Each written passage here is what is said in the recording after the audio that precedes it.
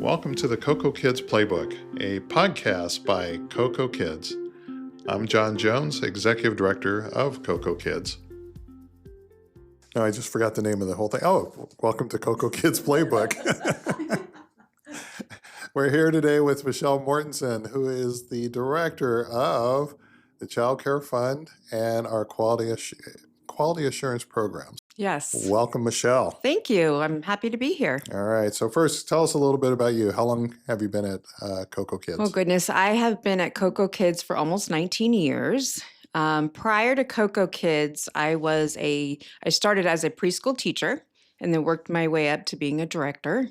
And at some point, I wanted to do something different. And so I switched and I applied for what was then Contra Costa Child Care Council and started, and I have loved it ever since. Okay. So if for people who are listening who don't live in Contra Costa, what we're going to talk about today covers the whole state of California. These opportunities are available throughout the whole state, Right. As well as in other states or programs similar. So the Child Care Fund is essentially an alternative payment program. Why don't you describe what that means? Okay, so the alternative payment program is a program where families can get child care assistance based on a number of qualifications and different ways of coming in the program. So if they are qualified, they can receive child care services for the times that they're working, they're going to school, if the child has an open child protective services case, if the parent is incapacitated, if the family's homeless. So there are certain qualifications for each of those that they have to meet. And if so, we can enroll them in our subsidy program. And at that point, when they are enrolled and all the qualifications have been met, they can stay on the program for 24 months. Okay, so when you say subsidy, you mean that you actually pay for their child care? Yes, there are a few conditions around that. As if a family gets up to a certain level of income, then they may have to pay a small portion of that. So I think the most that they would have to pay per month right now is about $60. Okay, so you talked about the different qualification levels, but what is like the primary reason somebody would enroll in a subsidy program? Generally, working families who qualify, I'd say the majority of our families on the program are working, single parents, and need help paying for childcare. They become stable in their job, but if they were to pay for childcare, they would be in a situation where they couldn't afford it because it's so expensive. Okay, yeah, we talked about that in a previous episode about why childcare is so expensive. Yes. Is that what you're encountering now? Is that just the cost of childcare is so high that family needs assistance? Yes, definitely. The cost, you have a single parent who has 3 kids. Paying for childcare on one income is very difficult. So they come to us looking for help. So we're glad to be able to help anybody who can't afford childcare to, be in a situation where they can't work if they didn't have it. Okay, is that an unlimited fund, or does everybody who needs that get it? No, there's all kinds of income eligibility requirements and needs. So you do have to be income eligible to be on the program. So we have a set of guidelines from the Department of Social Services that we have to follow that will show if a family is eligible. So that depends on the income of the parent and how big their family size is. So there's a different max if a family has 1 child. There's a different max if there's 6 children. So it really depends on how many kids they have and how big the family is, because it would include both parents if it's a 2-parent household. Okay, so to qualify for this, so let's say I am a parent, I've applied. You said, yes, we'll pay for your child care. Can I just go anywhere? Or do I have to go to like a specialized center or a certain site to receive services? No, it's completely parental choice. So if a parent comes in, they're eligible, we enroll them in the program, they can choose a license or license exempt provider.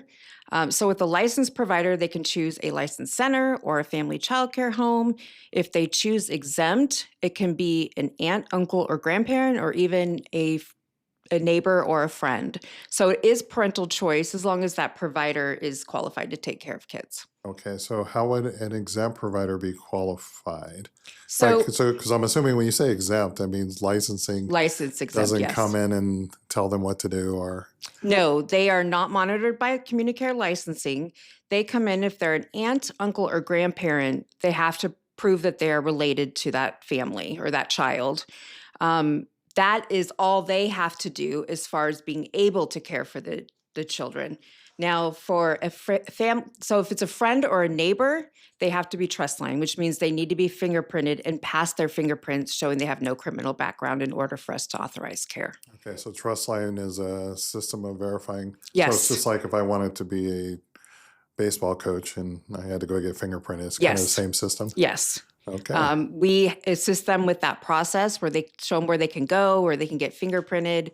They do that. And then within 30 days, we have to get the results back that they've passed that in order to continue being able to do services. Okay, so it sounds like it can be a friend or neighbor if they're Yes. fingerprinted, or it could be a family member. Yes. So are you saying that this if you receive a subsidy, you can actually take that money and give it to a relative to watch your child? Yes, you can. A lot of younger kids, their families choose aunts, uncles, grandparents because it's close to home. They're very close with the family members.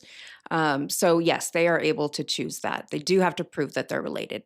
Okay, so on the other side, you talked about license. Yes. So what's the difference with what happens with a licensed facility versus a? So, a licensed facility is monitored by community care licensing. They've been issued a license to be able to care for a certain amount of kids.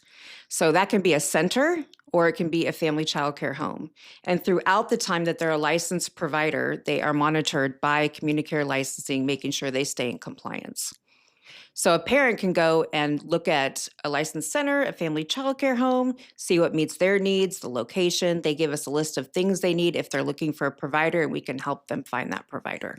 Okay, are there any other opportunities for families that might not be covered by the subsidy program, or that they don't have to qualify for a subsidy that they could attend? So I'm thinking of like Head Start sites. Oh, sure. So there's Head Start. That's a federally funded program for children. I believe it's up to 3 years old. So there's that. There's also state funded preschools too, as well. So yes, there are other opportunities. In Contra Costa County, I know that for CocoKids, we have our program, but the county also offers childcare services like this as well. Okay, so how many families or children are being served, or essentially having their childcare paid for?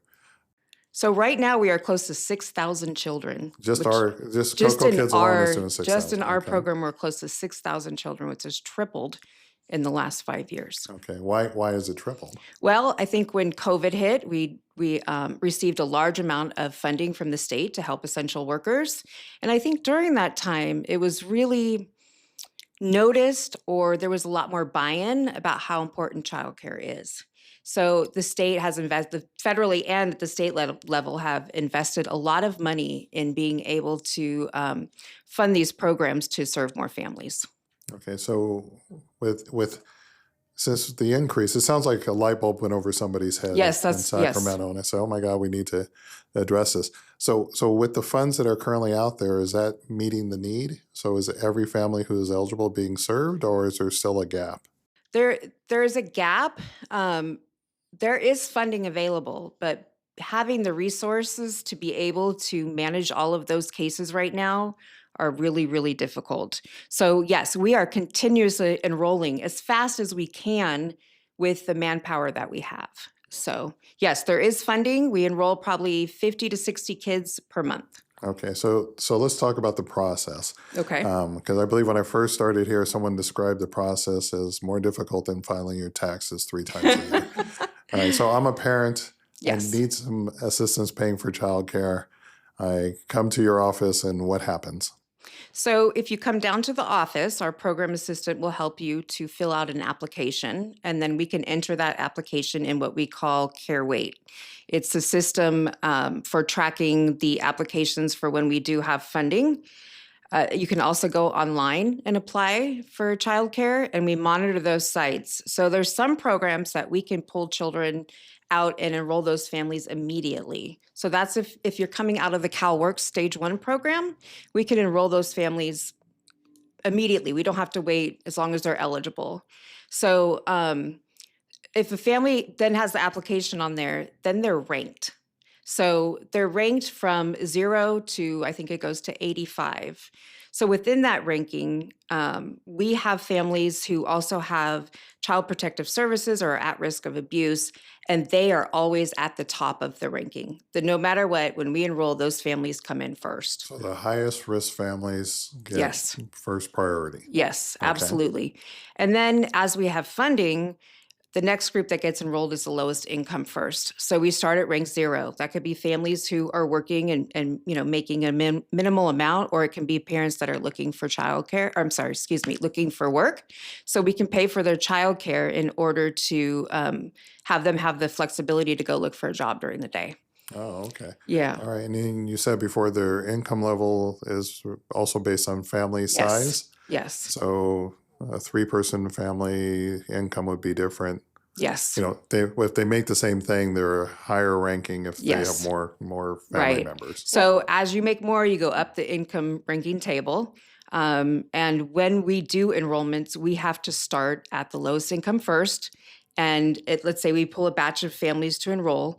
We work on that batch. And when we get through that, we pull another list of families to enroll, and we start at rank 0 again. I will say for the Child Protective Services and at-risk, we are always enrolling them. We never stop that. So anyone that comes in and needs those services, we enroll. Okay. So in terms of the process, you described, they come in, they could fill out an application, Yes. or they could do it online. Are they assigned a person, or is one person oversee their case, or do they just, I haven't heard from you for 2 weeks. Who do I call? So when they fill out the application, we put information in there saying, if you are pulled, we'll contact you and see about if you're eligible and you have a need, because you have to have both. It's not managed by anybody at that point. What we do is review to see who could be immediately enrolled, who's CPS at risk, and then we have the list of families that will be waiting on the waiting list until they're called. I should say it's an eligibility list, not a waiting list. Okay. All right. So the eligibility list is that they are qualified, but they haven't been funded yet. Yes. Is that Yes. a good, accurate way of describing it? All yes. Right. They are qualified, but they haven't been pulled for enrollment yet. Okay. So once a family is approved, you've awarded them a subsidy. First of all, how long is it good for? So it is good until the child is 13, as long as you remain eligible up until that point. Okay. And what would change their eligibility? If they make too much money, if they no longer have a need. Too much money? Too much money, yes. Is that actually a possibility? Right. If they go over the income threshold, then they're no longer eligible for the program. Okay. All right. So what documentation, or how does someone find out that they're no longer eligible? So generally what happens is when we enroll or recertify a family for services, they have to submit their check stubs or proof of income. And at that point, we review that. We determine that they're eligible. They're put on the program for 24 months. And during that 24 months, if they go over the threshold, they're supposed to notify us. Okay. And if they're no longer income eligible, then they wouldn't be able to remain on the program. Generally, what happens is after that 24 months, we do their recertification.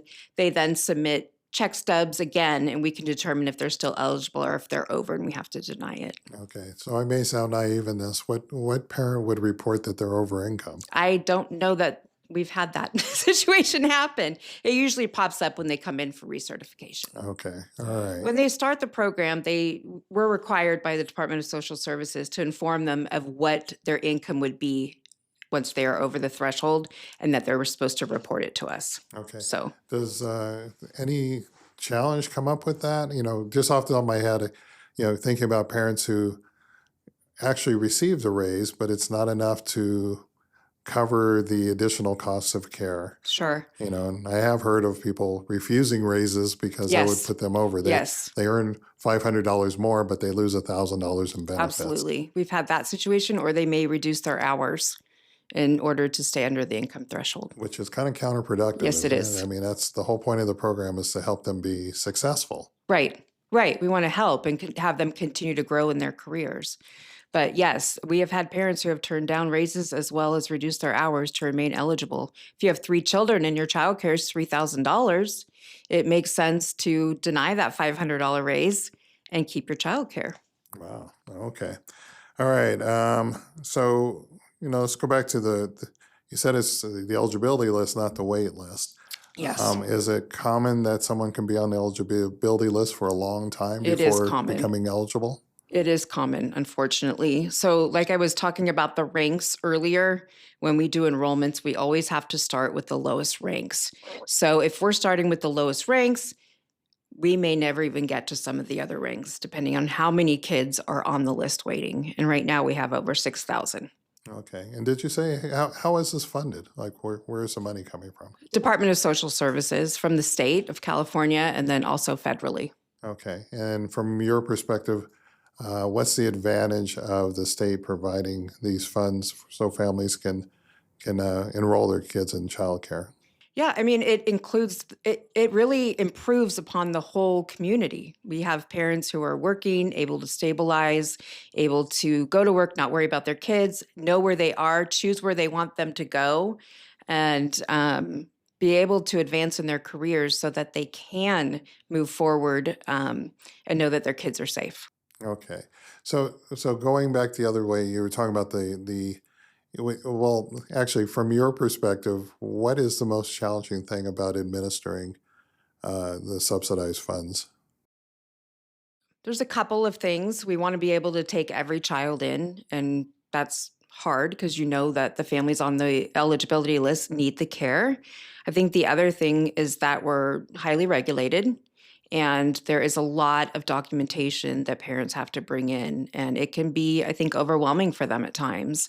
We need birth certificates, we need proof of residency, we need their information from their job. There's a whole slew of documents that have to be collected, and I think that's really hard for parents sometimes. Okay. It sounds real stressful too. Yes, it can be very All right. stressful. And I'm speaking not just for the parents, but Yeah. for the staff Yes, having for to. sure. So what do you do to help with that?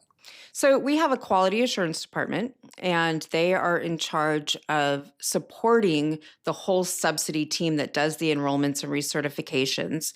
So they put policies and procedures in place. We train our staff. They have 3 trainers that train all new incoming staff, as well as doing trainings throughout the year for more seasoned staff. Often the regulations change, so we have to train everybody on what those new regulations are. We have an audit section of QA, so they go into the offices and audit those files, and we try to do it in a real supportive way. And that can identify what we need to do more training on. We have somebody who's in charge of all of our providers. They enter all of their information, all their rates, their licensing information, so that when a family chooses a provider, they're ready to go. Okay. So you just said you do it in a real supportive way. What does that mean? Well, I think it's done in a way that if something is wrong with a file, we sit down with the supervisor, and often, every case is different. So often if something is seen in a file, it just needs more explanation, maybe more case notes about what that situation is. Or if there is an error, then what they would do is sit and talk about it, what needs to be fixed.